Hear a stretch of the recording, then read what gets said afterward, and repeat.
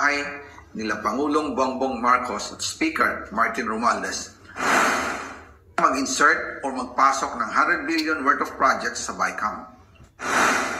Sana po ay hindi nila ako mapatay bago ko mailabas ang lahat.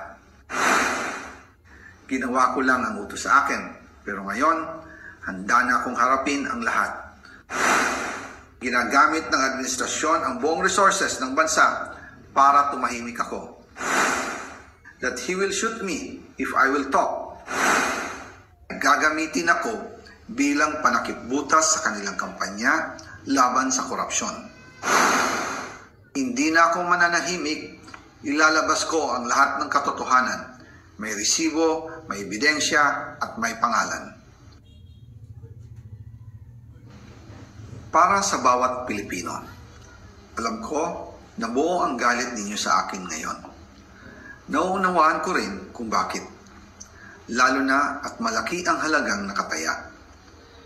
Pero bago kayo humusga, hayaan ninyong ipaliwanag ko ang buong katotohanan.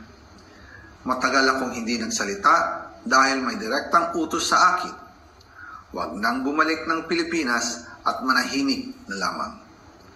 Umalis ako noong July 19, 2025 para sa aking medical check-up. Nakaplanong bumalik pagkatapos ng SONA ni Pangulo. Pero habang papauwi na ako, tinawagan ako ni dating Speaker Martin Romualdez at sinabihan, "Stay out of the country. You will be well taken care of as instructed by the President." Noon naniniwala pa ako sa kanila, kaya't hindi ako bumalik. Tumikom ang aking bibig, sumunod ako, pero ang hindi ko alam, ang ibig pala nilang sabihin sa aalagaan ka namin ay gagamitin ako bilang panakipbutas sa kanilang kampanya laban sa korupsyon. Ginawa nila akong poster boy ng kanilang sariling kasinungalingan. Ngayon, hindi na ako mananahimik, ilalabas ko ang lahat ng katotohanan.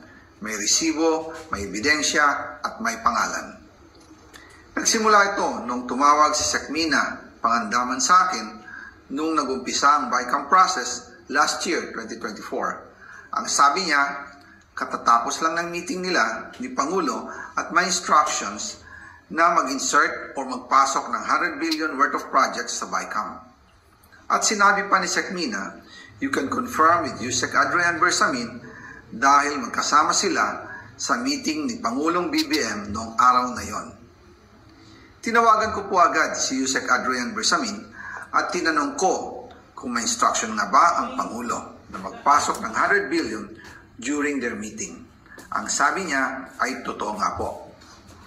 Right after our conversation, tinawagan ko po si dating Speaker Martin Romualdez at nireport ko ang instructions ng Presidente to insert the 100 billion projects. At sinabi niya sa akin, what the President wants, he gets. After ng ilang araw, nag-set po ng meeting si Sekmina Pangandaman at Yusek Adrian Bersamin sa amin ni dating Speaker Martin Romualdez sa Aguado Building in front of Gate 4 ng Malacanang at nandun din po si Yusek Jojo Cadiz. During the meeting, binigay po ni Yusek Adrian Bersamin ang listahan na worth 100 billion. Tinanong ko po si Yusek Adrian kung saan galing ang listahan. Ang sagot niya, galing kay PBBM mismo at binigay niya ito mula sa brown leather bag. Nung sinabi po ni Yusek Adrian Bersamin, yung brown leather bag, naalala ko noong nasa Singapore kami right after the elections of May 2022 sa Hilton Hotel, kami ni dating Speaker Martin and PBBM habang pauwi at pabalik ng Pilipinas, hinabol ng PSG ang brown leather bag at ang sabi ni PBBM, maiwan na lahat, wag lang ang brown leather bag. Kaya naniwala ako na utos talaga ito ng Pangulo.